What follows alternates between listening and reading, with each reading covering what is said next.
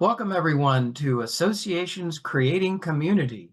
I'm Jefferson Glassie, a partner in the Whiteford law firm in the associations, nonprofits, and political organizations practice. And we sponsor this podcast, Zoomcast, video podcast, whatever you want to call it, because we're really part of the association community, through ASAE. And we try to have conversations with, key influencers, key leaders of the association community about what they're doing, what's going on, or interesting topics that we might think about. I am really, really pleased and happy to be able to talk with a great association professional, great executive, who's made a positive influence in my life, Paul Pomerantz. Thank you so much for joining Associations Creating Community. It's really great to be here. It's fun. I like doing these kinds of things. And it's especially good to see you again. Yeah. Well, we do go back a little ways. I mean, we've probably known each other in a way for decades, but was it the late 2000s when you became CEO at Drug Information Association that we started working together? That's right. And that was a complex organization, right? It was global and had a board, from people from around the world. It was a little complicated, and you helped me navigate some of those, just understanding how the organization worked and some of the challenges. So I'm really indebted to you. Yeah, thanks. Well, me too. I mean, it was a great experience, but you've been, on top of the association world in many ways. Did you have 3 or 4 associations where you were the CEO? Yeah, so it's interesting. It's a great question. I started as an executive in '89 with a group in Philadelphia called the Clinical Laboratory Management Association. Then after that, went to a group in radiology called the Society for Interventional Radiology. Oh yeah, I remember them. Yeah. And then went to plastic surgery. That's where I had a lot of this work done and why I look so good. And went from there to DIA, and then wrapped up at the American Society of Anesthesiologists. And before that, before the career in associations, I was with in the healthcare system, worked with a couple hospital systems in Philadelphia. But, the working in associations, and I'm glad for this podcast, what you're doing, because this career is the best kept secret. People don't know how much fun it is, how rewarding it is, the positive impact that associations have. And so I stumbled on it. I'm hoping the future generations will say, here's where I want to spend my career. I want to make a difference in society. I want to become an association exec. So anyway, that's my background. Yeah, right on. I'm with you on that. And we're here today talking kind of sort of in particular about this new initiative that you're involved in, the Governance Association Governance Institute at ASAE. We've talked about it briefly, but you know a lot more about it than I do. I kind of think governance is important for a community. But could you tell us a little bit about what's going on with this new initiative? You're the managing director. Sounds very, official. Very cool title. A little bit of the background. And Michelle Mason and I had a meeting a couple years ago, and we were chatting about the issues and challenges that many of our colleagues face, and we realized that governance is really probably where and I'll talk more about this, but where there's a lot of challenge, where people really look for a lot of assistance, but where there's a lot of opportunity for additional resources. ASAE has some resources, but really hasn't really owned this space. And so what we said is there's an opportunity for ASAE to really build a depth in its portfolio, really become the go-to organization. And I'll talk more about that. And so over time, we kind of worked on the idea, developed it. We decided, or she decided, that it'd be best to incubate this under the ABSI, the ASAE Business Services, component of the ASAE, so it could grow. it's kind of an incubator for new ideas. So put it under there. We got um, Mark Ram, who's vice president for Association Solutions. So he really is the key staff person working with myself to get this up and running. And over the last, I would say, since January, we've been really accelerating its development with the idea that it will roll out at the annual meeting. We'll announce it. We're a couple months away from really being able to take people on, but we're getting very close. I could fill you in on all these aspects. I think the idea is, if you know, first maybe discuss it kind of theoretically a little bit. Mhm. You know, when we think of governance, most of it think of it as a chore. It's an appendage. I mean, you know, listen to our colleagues talk. They got another board meeting coming up. The eyes roll. They got a difficult board member. You know, the board members don't get along. There's factions forming on the board. You know, the executive committee might be, you know, meeting in executive session alone. And, you know, there's all these kinds of things that, you know, our members, our colleagues create stress. And there's, you know, I can't tell you the number of people who look at governance as just the unpleasant part of the job. And what my view has been, and for a number of people, is that governance is really the crux of our job. You know, it's you know, you think of the CEO for any corporation or, you know, industry or hospital. That position is focused on its, in the corporate world, on the shareholders, in the capital equity world, on its investors, and in the association world, we're focused on our members. But it's through the governing board that all that kind of comes together. And I view governance as sort of the intersection between the members and the value that an association creates. Mm. And if a governing process is working well, everything's good. The stars are aligned, right? You don't see it that often, but when you do see it, wow, it's great. You know, the priorities are clear. The group can articulate, you know, kind of a clear sense of where it's going. Resources are aligned, so that the priorities not only make sense, but the priorities are funded, you know, and supported. And the CEO feels the support of the board behind him. When it's not aligned, you see it. You see it every, you know, you see it in the news every day. You see, you know, organizations involved in one scandal or another, or the CEO finding themselves, you know, at odds or out of a job, or where there's a, you know, a scandal that hasn't been well managed, or staff feeling disillusioned because they're being asked to do so much that isn't resourced. And how often do you hear that? So it's, the idea is that governance is the one part of our jobs that we have to succeed at. Yet where there's the, in my view, the least attention to our professional development and least resources to managing this. And you look in other sectors, corporate sector, you have NACD, you know, in the hospital sector, there are groups devoted to governance. We could go down the industries. In the association sector, we really haven't organized it that way. So the intent of the Association Governance Institute is to really build that focus and build that resource. The Governance Institute will focus.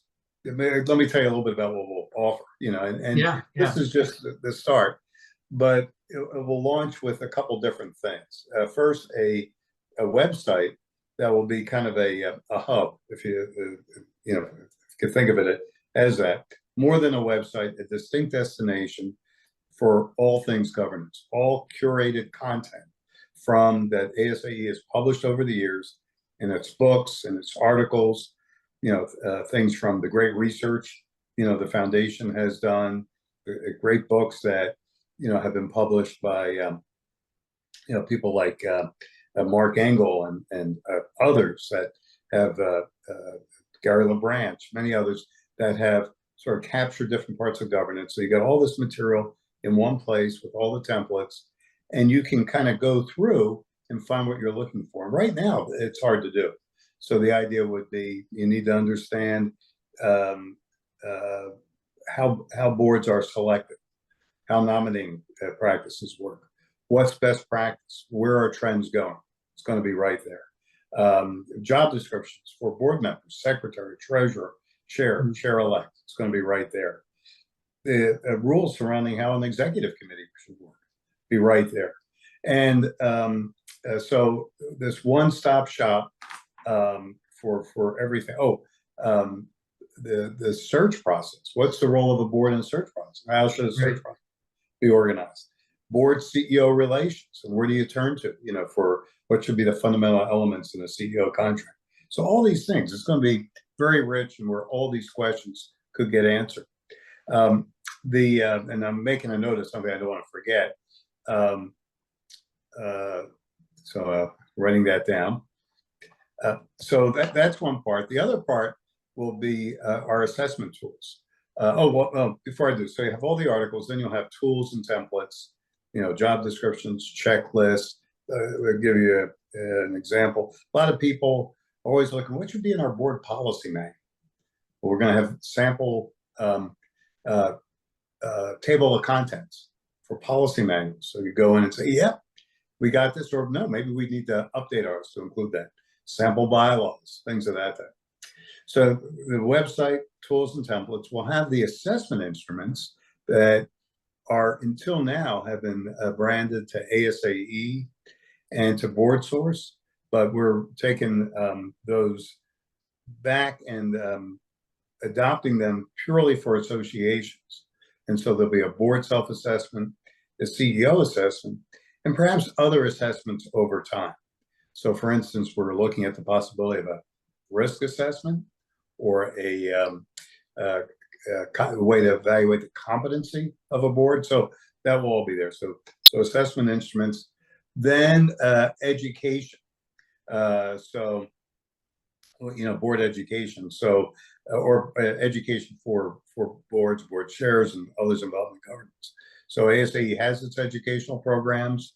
We're going to be adding to that portfolio.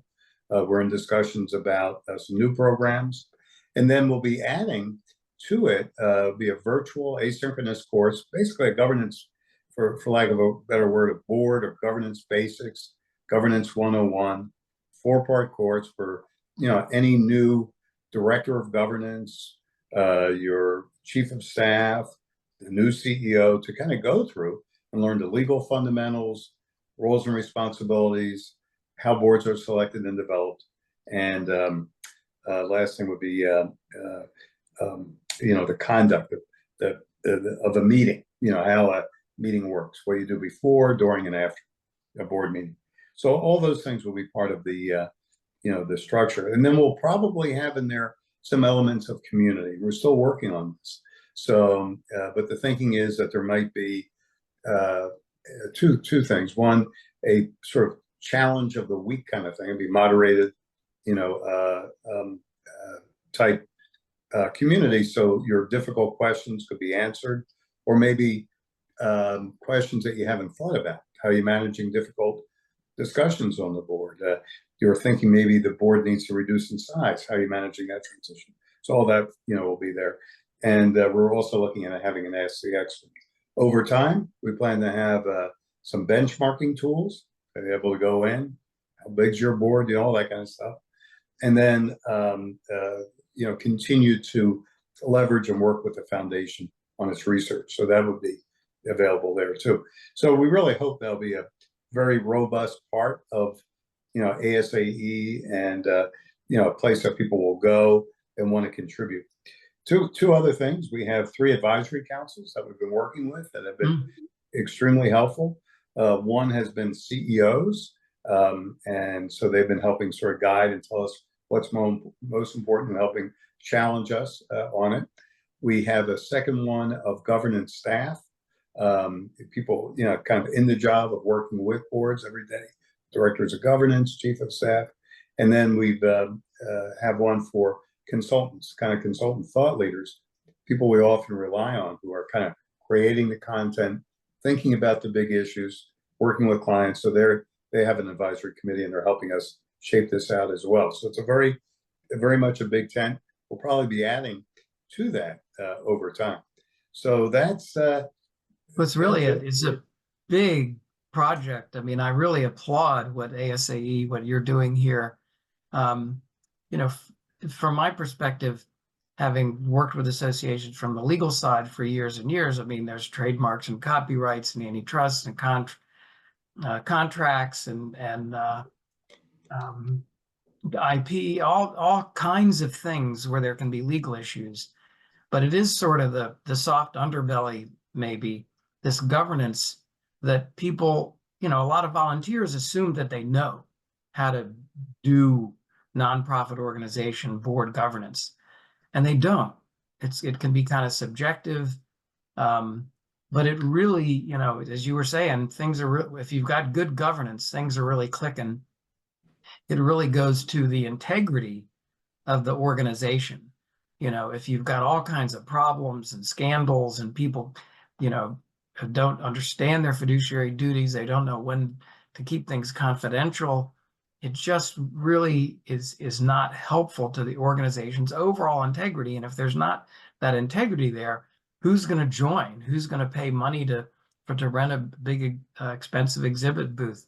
All these kinds of things. So I'm really glad, and you're right, the resources have been a little bit missing for a while. Um, I'm really glad that you're providing this because people, association execs, really need it. I think they really need it. And part of it is persuading people that they do really need it because it's so important, even though it can get a little bit overlooked. Um, can you talk about, from your perspective, the importance of, I guess this is the crux of this conversation, the importance of governance to community, maybe, examples from your past or other work with associations. I mean, it just seems to me that, it's really hard to maintain, create, have a good, solid community of people if your governance is all over the place and nobody knows what the hell they're doing. What's your perspective on that, Paul? Yeah, well, I think, and you kind of said it, before. I think that if people see a board that is first, and these are important, that first looks like them, so the a whole element of diversity is really important, and and certainly ethnic, racial, gender preference, all that's important, but also increasingly generational. A lot of the boards that I work with in the medical world, they're older, and I see this, and you see that disconnect, with people who are younger who may not see their interests and their experiences reflected on the board. So the composition of the board is really the structure and composition of the board is really critical, I think, to credibility. Transparency. The idea that how the board works, how the board gets information, how the board shares information with the members is part of that too. So, if you understand how decisions are being made, how the critical issues are being assessed.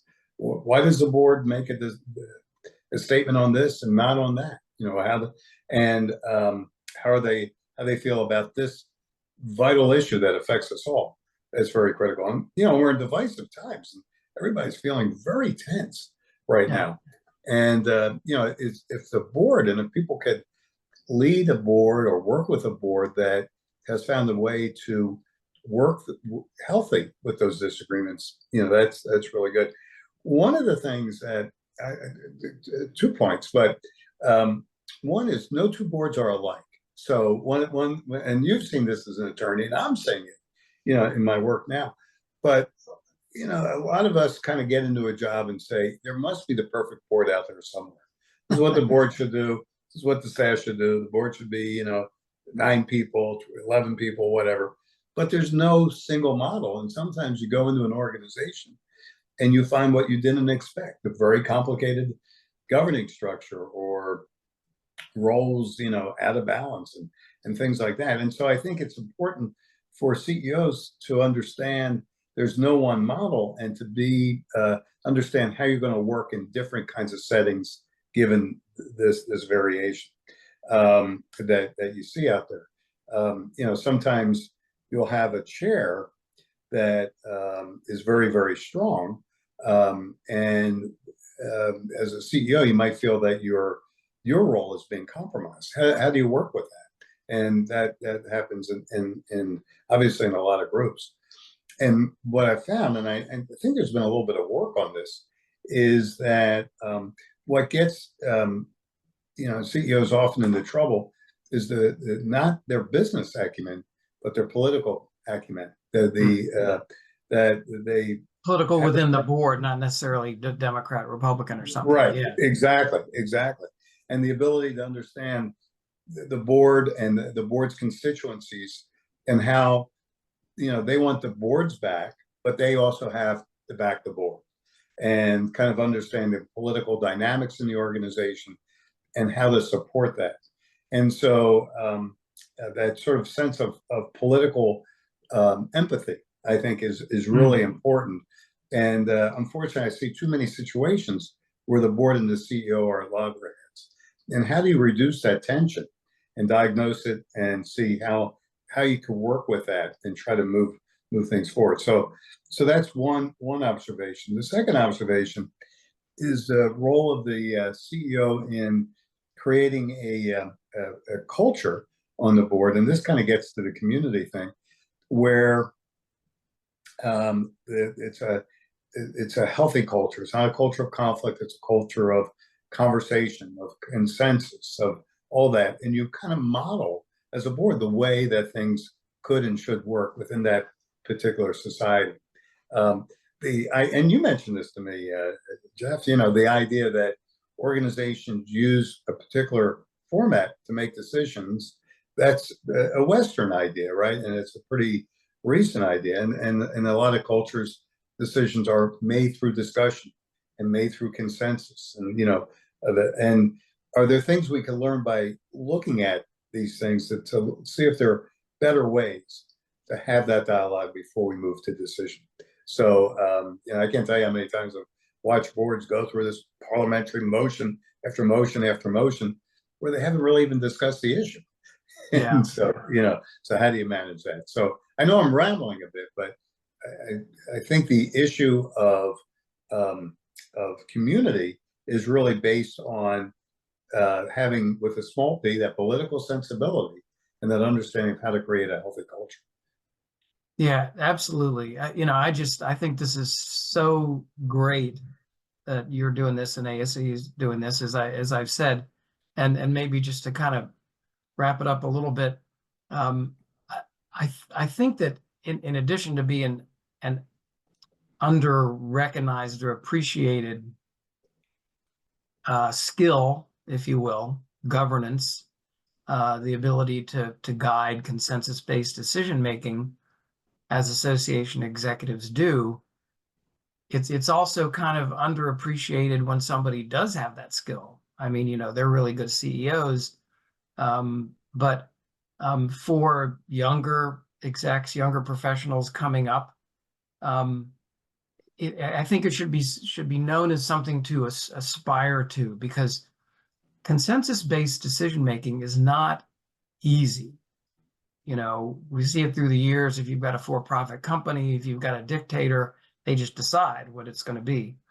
But, in democracies, in associations, and nonprofit membership organizations, it's just really critical to understand how important it is.